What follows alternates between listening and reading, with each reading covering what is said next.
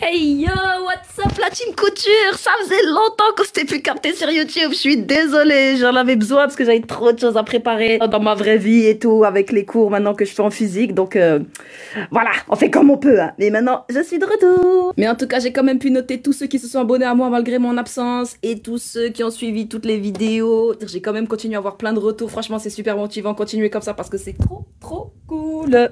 Vos retours me font toujours beaucoup de bien. Apprendre à coudre sans en découdre, c'est avec Kenzie Couture. Donc voilà, on va continuer dans notre série de tutos. Aujourd'hui, ça va être spécial pour les abayas. Ce patron, il est ultra simplifié, accessible aux couturières débutantes parce qu'il n'y a pas de montage de manches comme vous pouvez le voir. Ça, c'est moi qui ai fait ce design. En général, je le fais droit, simple pour les personnes, sauf si vraiment vous le voulez, c'est juste une ligne à modifier. Ça, je le fais, il n'y a pas de souci. Je vous montre le montage global. Vous allez voir, c'est vraiment très simple. C'est vraiment accessible aux couturières débutantes, voire ultra débutantes. La seule difficulté, peut-être, c'est si vous choisissez comme moi là un tissu comme du Nida. Si vous êtes vraiment couturière débutante, je vous recommande vivement de prendre un tissu beaucoup plus sec, type coton ou vraiment un tissu facile à travailler. Vous allez le sentir quand vous allez le toucher. Ça fera pas cet effet tout fluide, tout mou qui complique la tâche quand on trace et quand on coupe. Allez, c'est parti, on commence. Petite précision avant de commencer. Votre dos, quand vous le commandez, là pour cette manière simplifiée de faire, il sera tout droit. Il faudra le tracer ici en ligne droite de l'épaule, en perpendiculaire jusqu'au milieu dos. Donc, nous avons notre dos et notre devant. Première étape, s'occuper de l'encolure de votre devant. N'hésitez pas à regarder la vidéo. Maintenant, on va assembler les épaules.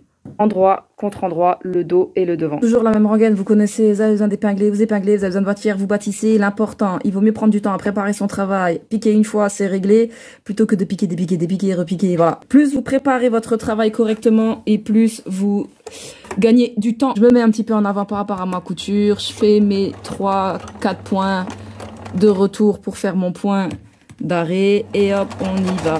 Évidemment, vous respectez aussi bien votre valeur de couture, hein. Si vous avez mis 1 cm, vous respectez vos 1 cm. Si vous avez mis plus, vous respectez.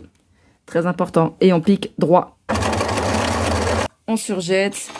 Vraiment, il y a une base très importante, c'est que si vous savez que votre tissu s'effiloche très rapidement, ça, on l'anticipe. Et du coup, on prévoit à 5 mm qu'on sait qu'ils vont dégager dans notre valeur de couture une fois qu'on va surfiler. De la même manière que si vous savez que vous avez du mal à couper droit, par exemple, eh ben, vous faites pas 1 cm pile, vous allez rajouter un tout petit peu. Comme ça va rattraper un peu le coup et après, vous allez vraiment pouvoir recouper bien à 1 cm tout en essayant de garder une certaine précision. Mais moi, je vous le dis vraiment, prenez le temps de tracer, de couper et de bien respecter le tout.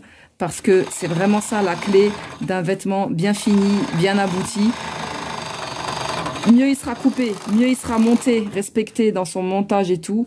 Et plus il sera beau. On vient faire à repasser la couture épaule vers le dos, on la couche. Attention de ne pas brûler votre tissu. Faites toujours un essai de comment régler votre fer à repasser sur vos chutes. Maintenant, c'est la patte encolure dos. Regardez bien la vidéo. On va se mettre endroit contre endroit, devant et dos. On va piquer les manches, le côté, on assemble et on surfile. Tout est assemblé. Moi, j'ai mis une petite croix pour aider ma fille à savoir le devant du derrière.